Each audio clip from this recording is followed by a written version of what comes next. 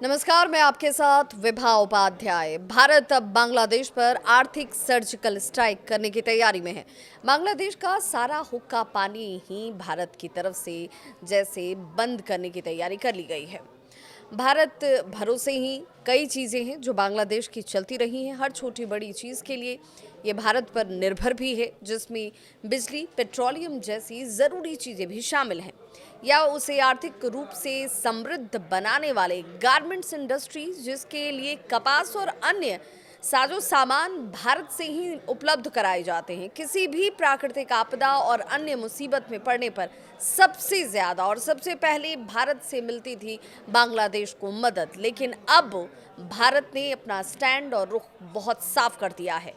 शेख हसीना सरकार का तख्ता पलट करके काबिज हुए कट्टरपंथियों ने भारत के प्रति अपनी नफरत को कई प्लेटफॉर्म्स पर कई बार जाहिर किया, जिसके बाद भारत को ये रुख अब अख्तियार करना पड़ रहा है।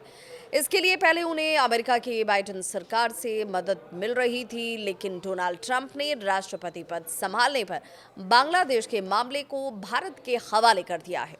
एक ऐसे समय में जब चीन कई तरह के आर्थिक और सामरिक संकट से इस वक्त जूझ रहा है, यूनुस ने बीजिंग जाकर भारत के खिलाफ बयानबाजी करके जैसे अपने पैर पर ही कुल्हाड़ी मार ली हो। पिछले कुछ समय से लगातार बांग्लादेश भारत पर शेख हसीना और उनके समर्थकों को पनाह देने का आरोप लगाते आ रहा है। बार बार उसकी तरफ से कहा जाता है कि भाई भारत ने पनाह दी हुई है शेख हसीना को, और इसीलिए बांग्लादेश इस पर अपनी सख्ती दिखा रहा है। नरमी के कहीं से कोई आसार बांग्लादेश की तरफ से नहीं दिखाए जाएंगे। लेकिन भारत ने साफ कर दिया कि ये तमाम जो उठापटक इस वक्त नजर आती है भारत को लेकर, बांग्लादेश के इस स्टैंड को सिरे से भारत ने खारिज किया और कहा कि हिंदुओं के साथ जिस तरीके का बर्बरतापूर्ण व्यवहार किया जा रहा था, बयानबाजी कई स्तरों पर कई प्लेटफॉर्म्स पर बांग्लादेश की तरफ से हो रही थी, ये सख्ती भारत की तरफ से दिखाई जानी जरूरी है। इस्लामिक कट्टरपंथियों को हिंदुओं के नरसंहार की खुली छूट नहीं दी जा सकती है। कई बार इस पर एतराज़ जाहिर भी किया गया, इसके बाद भी स्थितियां बहुत हद तक सुधरती नजर नहीं आई। भारत विरोध को लेकर जिस तरीके की टीका टिप्पणी की जा रही थी, ये चिंता का विषय थी, और ऐसे भारत विरोध भावनाओं को और हवा देने का प्रयास भी पाकिस्तान की तरफ से किया जा रहा था।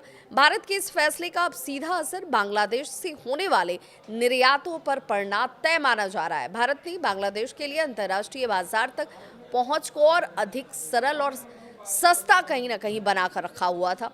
जाहिर है कि भारत के इस ट्रांसशिप फैसिलिटी बंद होने से बांग्लादेश का तेजी से बढ़ता हुआ रेडीमेड गारमेंट का उद्योग की जो लागत है वो बढ़ जाएगी, यानी आर्थिक तौर पर वो कमजोर होगा।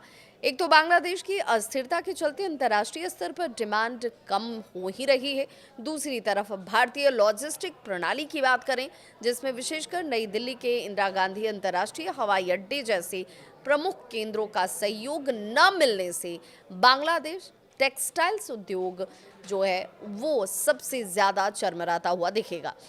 एक तरीके से कहा जाए तो कि बर्बादी के कगार पर वो पहुंच सकता है। इसके ठीक उलट बांग्लादेश की फैक्ट्रीज को मिलने वाला काम भारतीय उद्योगपतियों को मिल सकता है। 2024 में बांग्लादेश का निर्यात 50 अरब डॉलर के ऐतिहासिक आंकड़े को पार कर गया था। बांग्लादेश की रेडीमेड गारमेंट इंडस्ट्री देश की अर्थव्यवस्था की रीढ़ बन रही थी। इसके अलावा अगर बात करें चमड़ा उत्पादों का निर्यात की बात करें तो 10.44% बढ़कर ये 577.29 मिलियन डॉलर तक पहुंच चुका था।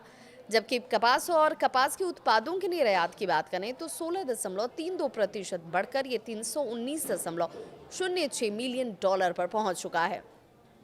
बांग्लादेश भले ही इसे स्वीकार न करे, पर बांग्लादेश की इस तरक्की के पीछे कहीं ना कहीं भारत बैकबोन की तरह काम कर रहा है। और अब इस आर्थिक सर्जिकल स्ट्राइक की बात करें तो इसके साथ अब उसकी मुश्किलें लगातार बढ़ती हुई नजर आएंगी, और ये बात बांग्लादेश बखूबी समझ भी रहा है।